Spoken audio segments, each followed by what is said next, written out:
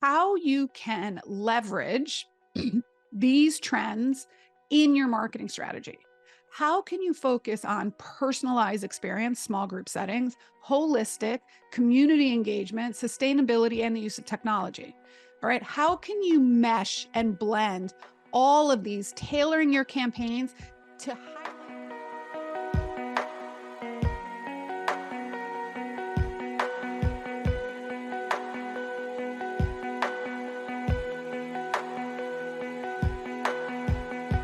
Hey there, everyone. Welcome to another episode of the Female Empowered Podcast. And I'm your host, Krista Gurka. Today's episode is all about marketing. And I am going to share with you, I'm going to give you, seriously give you the exact marketing strategy and to-dos that you should follow for the first 90 days of the year, if you are so inclined to follow it. But basically what I'm going to talk about is how to market your boutique fitness, wellness, or healthcare business in 2024. And so I'm going to just get right into it because who has time to waste when we're talking about marketing and getting more clients in the door? So first thing is one of the key steps to having a, let me put my glasses on because I got to read this. One of the key steps to having an effective marketing strategy is understanding the changes in the industry and the current trends in our industry. And so what we're going to go over first are trends that our industry is seeing currently or will see in 2024. Okay. So the number one trend already happening and will continue to happen, and if you don't get on board with this, you're going to be left behind, is AI. All right. Everything AI, from how to create copy for your website and your emails and your social media to how to create AI-driven personalized fitness journeys for your customers. Okay. It really is becoming just more and more mainstream, right? So how are people using AI in creating personalized AI-driven fitness? Well, one, they can create customized programs for clients. You can create nutritional programs for clients. You can create certain playlists now for a type of client that you can add either while you're doing a session with them or teaching a class. So you could use AI to say, I am going to be teaching a 50-minute high intensity interval training class to a demographic of females between the age of 40 and 50. Create a 50-minute playlist for me. Ta-da! And done. I mean, crazy, right? So this was based on an article from Mariana Tech, Mariana Tech is a software, a scheduling type software. So it is going to be the number one trend, the rise of hyper-personalized AI-driven fitness programs. All right. So that is one thing you want to try and create. All right. So what's another thing? Some of the other things that are happening are, I lost my train of thought. Where am I? Where am I? Where did I go? Where are my notes? Okay, here it is. The next thing are holistic wellness programs, which a lot of people that listen to this podcast are already doing. So there's definitely a huge shift with rejuvenation, recovery services, cold plunge, sauna, places like Restore that are being integrated into general fitness.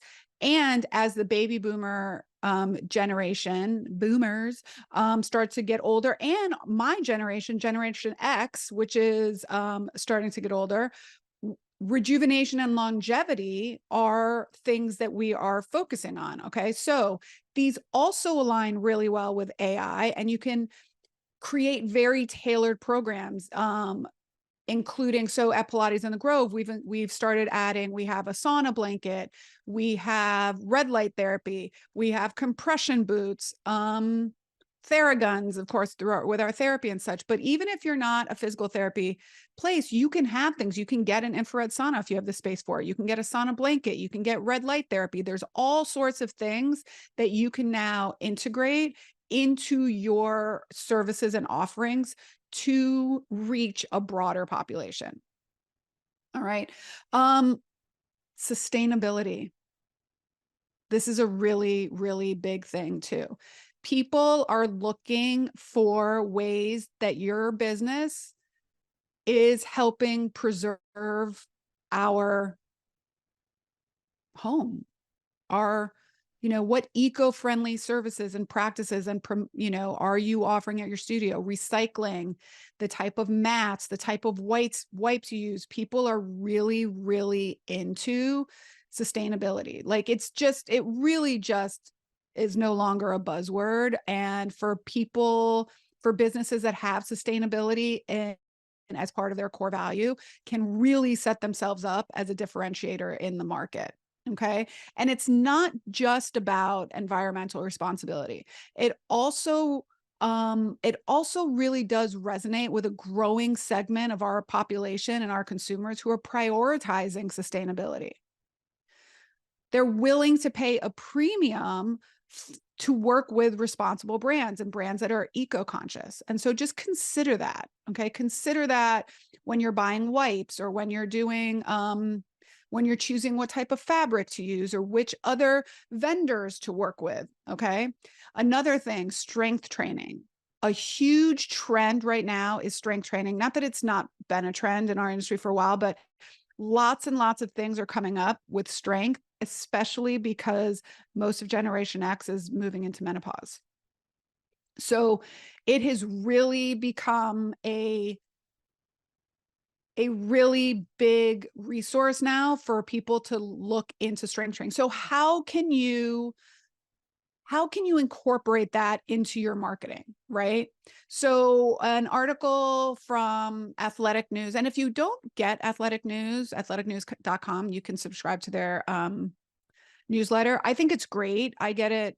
I get a lot of them, but I think it's great. I think there's a lot of really interesting information, and I just like to learn a lot about what's going on in my industry, as one should when they own a business. Okay. So strength training leads the 2024 predictions report. Since more than 60% of consumers report including weight or strength training in their routine, and more of half of those work out 2 to 4 times a week.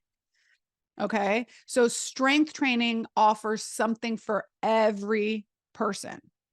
The mature client is looking to incorporate strength training for balance, bone density, and longevity, whereas maybe the younger client, the younger consumer, is doing it for aesthetics and how they feel.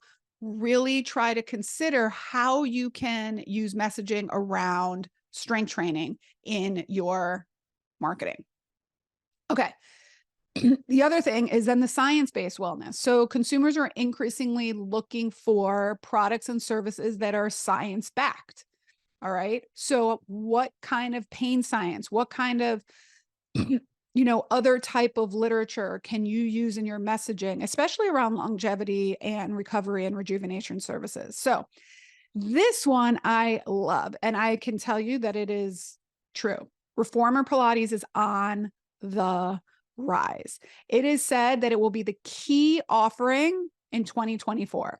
And now, why has it come back after COVID with a vengeance? And I can just tell you, it has. One, you can't do it at home unless you have a reformer, right? Whereas HIIT and strength training and all that other stuff you can do at home. So this, you have to go to a studio for the most part. And two, they are small group classes. So a lot of people, I think, came back after COVID and liked the small boutique experience. And so it's because it's beneficial for strength and flexibility and mobility and balance and maybe not so much endurance, but it is really, really a huge rise in popularity. Okay. Inclusivity is big. Inclusivity is a huge trend for the fitness industry right now, whether you're talking about wearable technology or whether you're talking about being inclusive to all ages and backgrounds and abilities, how you can attract a clientele, if that's what you're going after, really leaning into how you're inclusive and how you are allowing accessibility for everybody. Along with strength training, high intensity interval training is, because it's strength training and cardio. So one of the things that's really, really important is to figure out how you can leverage these trends in your marketing strategy.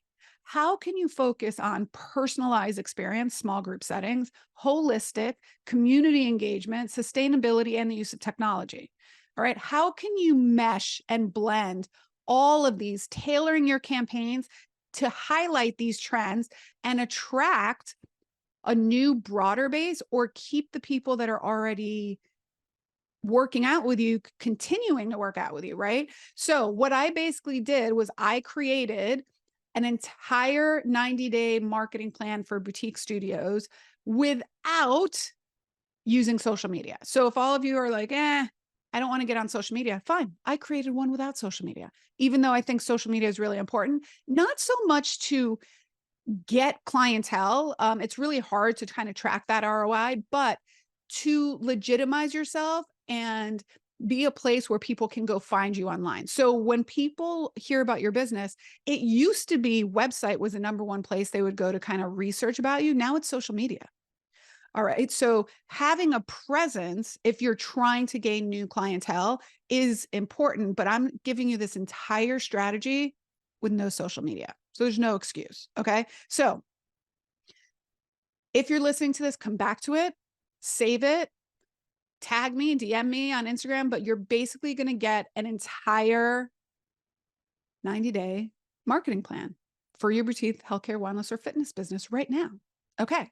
So the number one pillar of marketing is attraction, right? So how do you get people to know about you, and how do you get them to know, like, and trust you? So weeks 1 through 4 of this 90-day plan are going to be to build local presence as well as online visibility. So I'm specifically talking about brick and mortar in-person services, but you can transition this and make it work for online as well. Okay. So what you want to do is create strong local connections and get yourself online just so people have a place to come find you. Okay. So number 1, in the first week, I want you to research 3 to 5 local partnerships or local businesses that you can visit and approach about doing a local partnership, right? So you can find businesses, reach out to, that you can cross promote and collaborate with: health stores, cafes, spas, stretch establishments, chiropractors, massage therapists, juice stores, sneaker stores, running stores, athletic apparel, any kind of things like this, restaurants, right?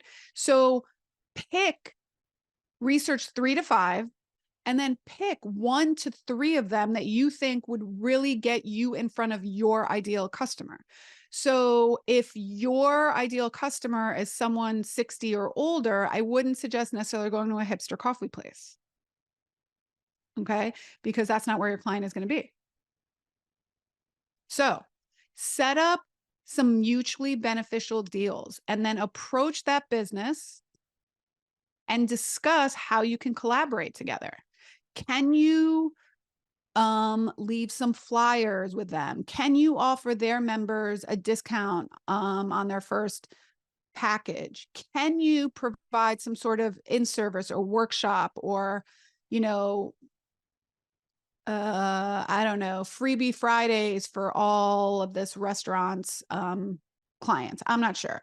In Inner Circle, we give our Inner Circle members, we gave them exact businesses we researched in their area and gave them the exact strategy to go in. So like for those of you in Inner Circle, we talked about coffee sleeves and bar coasters and all of that stuff, and the actual scripts, etc., to go and approach these business owners. All right. And how you're going to create unique landing pages, et cetera, et cetera. Now you've got local community involvement. Okay. So that helps satisfy the trend of community and maybe even sustainability, depending on what you are using for promotions. Okay. Now, the next thing you want to do is update your website and really make sure that it is SEO optimized. So this is one thing we just did in the inner circle not that long ago with our content team, where they did live audits and discussed, and we discussed this also at the summit, we discussed SEO optimization, how to improve the headers on landing pages, what to include in your navigation bar, what not to include in your navigation bar, when you should not have a navigation bar on that page at all. Okay. How to use blogging to increase traffic. So, number one, local partnerships. Number two, website optimization. Number three, email marketing. All right. Email marketing is really important. It still exists and it's one of the best ROIs you can have. Okay. Because you own your email list. So what can you do with email marketing? Well, it's vast. It is a lot, right?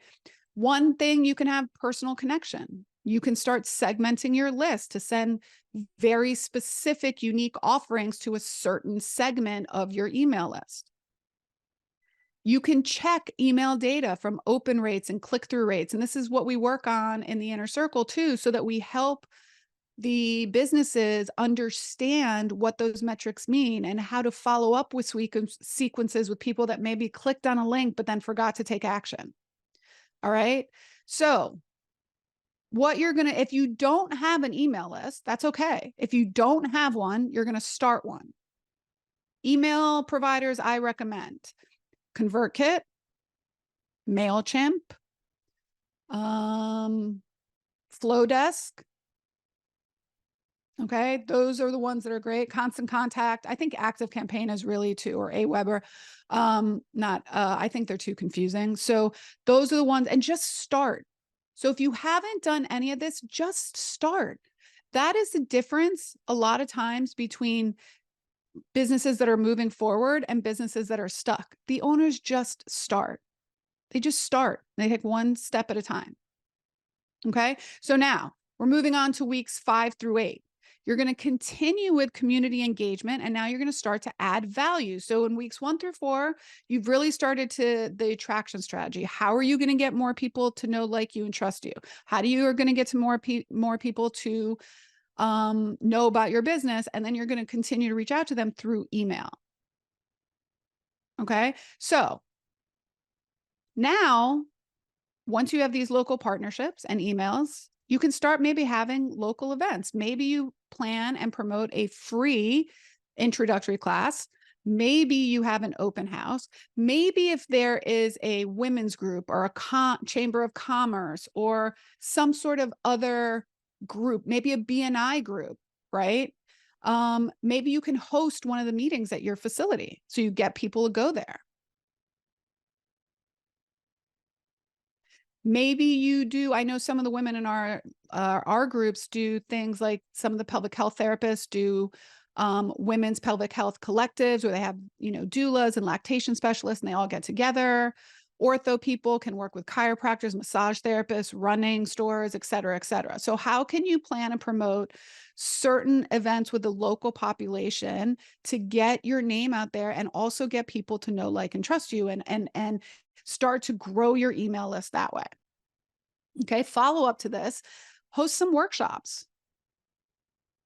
Okay. Maybe you can organize a free kind of like health collective or a wellness seminar and have a guest speaker, a nutritionist. If you're not a physical therapy practice, maybe you have a physical therapist come speak to this, to the group. If you are a physical therapist, maybe you have a Pilates instructor come speak about how Pilates can benefit, patients. Maybe you have a nutritional, person come speak about how nutrition can affect your healing process and your fitness. If you're golf specialization, maybe you can hold a golf workshop or in-service. Okay. And then with your email plan and email marketing, you're going to follow up with all the people that attend, or at least all the people that register too. So now you're starting to get more and more people knowing your name, you're growing your email list. You're going to start to convert those leads into clients. You're going to send new emails out to them, okay? Personalized emails, and inviting them to take part in something after they maybe attended the webinar, or after they signed up for your email list, or they get a discount, or they can bring a friend for 50% off on their first visit. Start to create bi-weekly, weekly, or monthly blog posts. It really, really does help with search engine optimization. Send out a monthly newsletter with studio news, but not only studio news, maybe some other healthcare tips, maybe the latest research on menopause or hormone replacement therapy or osteoporosis, something that would be of interest to your clientele. Regularly update your website with fresh content, with new blog posts, with new calls to action. I call it like window dressing. You just change the name and the offer, and then the offer can be the same, but just change up the name. Continue networking in the community. All right. So this kind of marketing is really about, sorry, I think I got glitched a little bit there. So anyways, let's try this again. So this kind of marketing is really slow and steady wins the race. Slow and steady wins the race. This takes time. So you set it up, you work the process, and then you track it. Okay. You have to give this time. And then once this is working, then you can put money behind it. Then you can pay for ads. Then you can pay for, I don't know, direct mailing or something. But if your organic stuff is not working, putting money behind it's just going to put money behind something that's not working. Okay. So how do you track if this is working or not? You track it by a couple different ways. Is your email list growing? So track your email list. If you have 100 subscribers now, do you get to 200? If you have 1,000 now, do you get to 2,000? Okay. How many visits? What kind of website traffic are you getting? Google Analytics. This is what we teach the women in both FitBiz Foundations and Inner Circle, how to look at your Google Analytics and how to optimize your website so that you can track the data and you're getting the calls to action and the action that you want those people to take. Are you getting new clients? Okay, so besides email list growing and besides traffic to your website, are you getting people to actually sign up? And then of those people that sign up, are people showing up? And of those people that are showing up, do those people convert? And this is all the things that we create. So all your Inner Circle members, like that's what you have on your scorecards. Website traffic, leads, show up, conversion, right? The number should get smaller as you go down the pipeline. So you're going to get a lot of website hits. A lot of website hits lead to certain schedule, a few people. So say you get 100 website hits. Okay. On average, from a cold audience, 1% conversion is good. So let's say at 100 website hits, you got 10 people a call to schedule an appointment or try a session or a free session or whatever or have you. Okay. Of those 10 people that signed up, hopefully in our industry, 7 to 10 of them are showing up. Hopefully. Okay. And of those 7 to 10 people that are showing up, you convert 1 to 3 people into returning customers, people that buy packages and long-term memberships. That's about average. So what you can see is this is a numbers game. So if you want to get 10 new clients that are on memberships each and every month, you need to have 1,000 leads. So just think about that for a second. It's like a 1% conversion rate.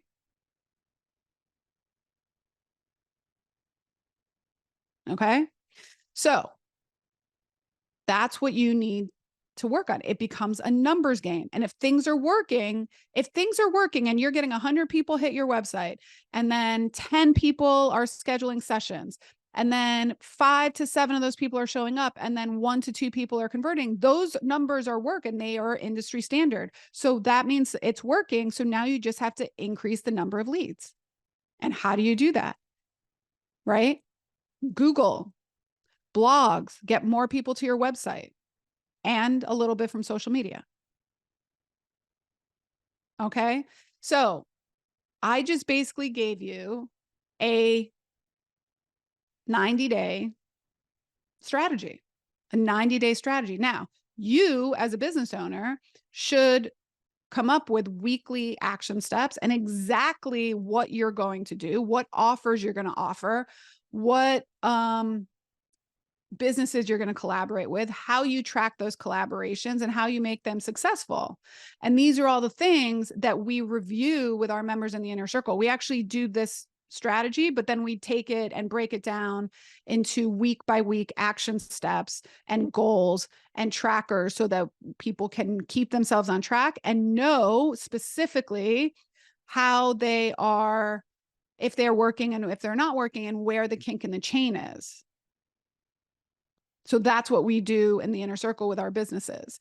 Now, if you're interested, I'm pretty sure that registration for the inner circle is still currently open, enrollment. The only way it probably would not be open is if we've filled all 3 spots, but we officially have 3 spots. So we're looking for 3 female business owners in boutique healthcare, wellness, or fitness. So Pilates studios, physical therapy practices, yoga studios, CrossFit gyms, bar, spinning, any type of boutique healthcare, wellness, or fitness to join our inner circle. So to qualify, you have to have surpassed $200,000 in revenue and also be interested in growing.